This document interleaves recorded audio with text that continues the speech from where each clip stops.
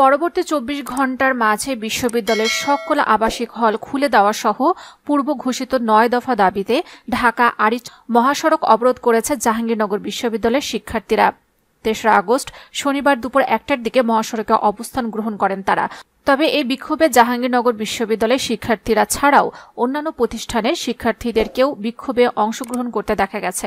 নারায়ণগঞ্জের সড়ক অবরোধ করে শিক্ষার্থীদের বিক্ষোভ পূর্ব ঘোষিত কর্মসূচির অংশ হিসেবে নারায়ণগঞ্জে বিক্ষোভ করছে কোটা বৈষম্য বিরোধী ছাত্র আন্দোলনের ব্যানারের শিক্ষার্থীরা। নারায়ণগঞ্জ শহরের চাষারা শহীদ মিনারে এই কর্মসূচিতে অংশ নিয়ে কয়েক হাজার শিক্ষার্থীকে বিক্ষোভ করতে দেখা গেছে।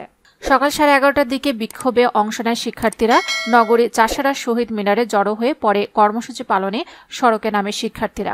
পরে সেখান থেকে মিছিল নিয়ে বঙ্গবন্ধু সড়ক হয়ে আবার চাষারা মোড় এলাকায় এসে সড়ক অবরোধ করে অবস্থান নেন তারা।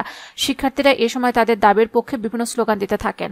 এর আগে গত বৃহস্পতিবার শিক্ষার্থীরা আলোক প্রজ্বলন কর্মসূচি পালন করতে গিয়ে বাধার সম্মুখীন হন। আজ ওই এলাকা বিজেপির উপস্থিতি থাকলেও তাদের কোনো ধরনের বাধা দিতে দেখা যায়নি। প্রধানমন্ত্রী পদত্যাগ চেয়ে রাজশাহীর বিভিন্ন শিক্ষা প্রতিষ্ঠানের হাজারখানেক শিক্ষার্থী শনিবার সকাল 10:30টার দিকে মিছিল বের করে রাজশাহী প্রকৌশল ও প্রযুক্তি বিশ্ববিদ্যালয়ের সামনে জড়ো হয়ে স্লোগান দিচ্ছিলেন। শিক্ষার্থীরা এখনও মিছিল করছেন।